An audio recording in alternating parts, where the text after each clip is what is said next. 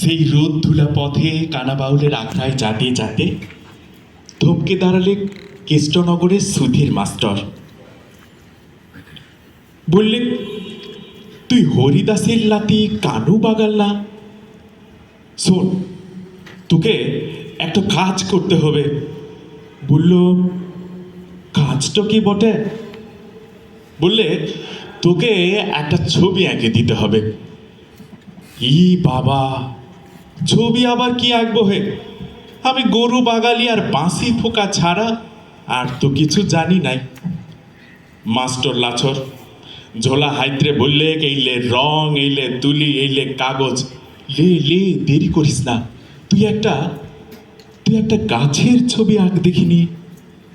অজয়ের পারে এত ফুল ফুটেছে পলাশের, তুই একটা পলাশ গাছের ছবি এঁকে দে। আমি আর কি করি, অত বড় মানুষ যখন এমন করে বলছে, ই দেখে শেষ তো কাগজ নিয়ে বসে গেলুম গরু বাথানের ধুলাতে। তা বাদে ভাবতে ভাবতে একসঙ্গে অজয় নদীর পাড়ের একটা আদ্যা পলাশ গাছকে উপরায় নিয়ে আইসে কৌটা ভর্তি রঙে চুবায়ে বসাই দিলুম মাস্টারের কাগজে। কি হয়েছে কে জানছে? বললাম, এই লাও তোমার ছবি। ছবি দেখে চোখের পাতনা লড়ে নাই মাস্টারের। আলোপনা মুখে বললে, তুই এ কি করলি? এ কি ছবি আঁকলি? বললাম, কেন, কি হয়েছে? মাস্টার তখন ঝোলা উপর করে যত ছবি সব দিলে ঠাইলে।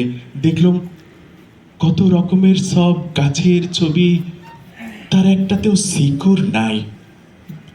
বললাম, হে মাস্টার, এগুলো কি গাছ বটে হে?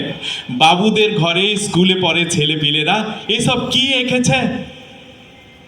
মাস্টার কোনো রা নাই কাল্লেক। আমার আঁকা ছবির দিকে ভালতে ভালতে একটা কথা শুধাইলে, তুই গাছের সঙ্গে শিকড় কেন আঁকলি? বললাম, হি বাবা, বড্ড আশ্চর্য শোনালে বটে।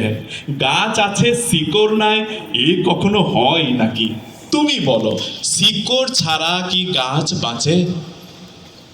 জানো মাস্টার, বাপ বলতো, ছোট লোক মোটো লোক যে যা বলছে বলুক, আমরা কি জানিস? আমরা হলুম শিকড়ের লোক। আমরা হলুম শিকড়ের লোক।